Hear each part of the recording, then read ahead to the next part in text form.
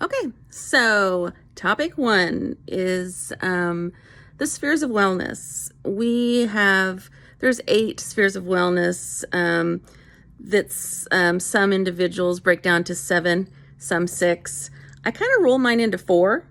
So when I am talking to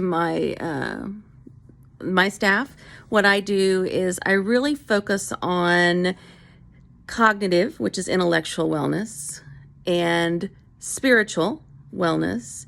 And remember, spiritual isn't always religious, and I'll talk more about that. And emotional and social, I kind of roll those together, and then as well as physical wellness. So we really kind of hone in on that foundation, and then you can add in the others as well. But for my program, I kind of really focus on those 4. So with intellectual wellness, this is very, very important for dementia care. This is about maintaining cognition.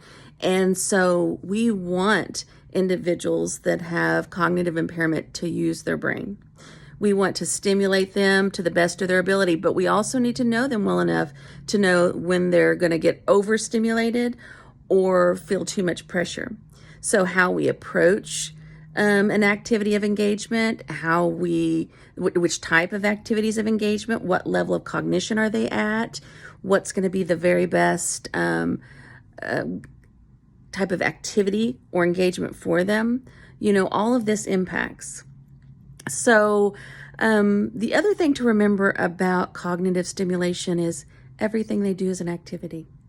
Brushing their teeth, eating their meals, using the bathroom. All of that is stimulating cognition. They're having to use their thought to know, what do I do next? It's task sequencing. And task sequencing is definitely stimulating cognition. So, but with that being said, they still need good structured engagement during their day. So if you have someone at home, figure out the best way to put some structure into their day that involves activities and times of engagement.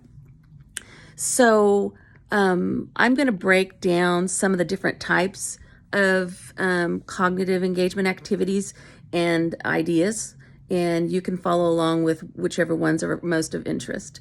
But it is key to keep that brain thinking, but in the least stressful, most engaging and fun way that you can, because you don't want to set them up to to fail. You want to set them up to succeed. If they feel pressured, it's going to go backwards. It's not going to work. So you want them to be able to thrive. And one of my favorite quotes, which may or may not make sense, is know your audience.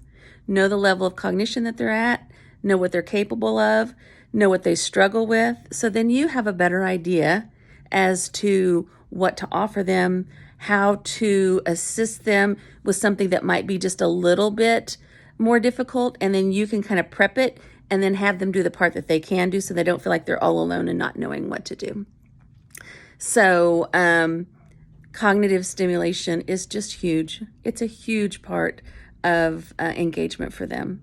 So if you're at home, make sure you have different types of sensory games and thinking games, and I'll do some videos on how-tos and what's some good ideas. So, all right. So that's an introduction to cognitive stimulation and why it's important.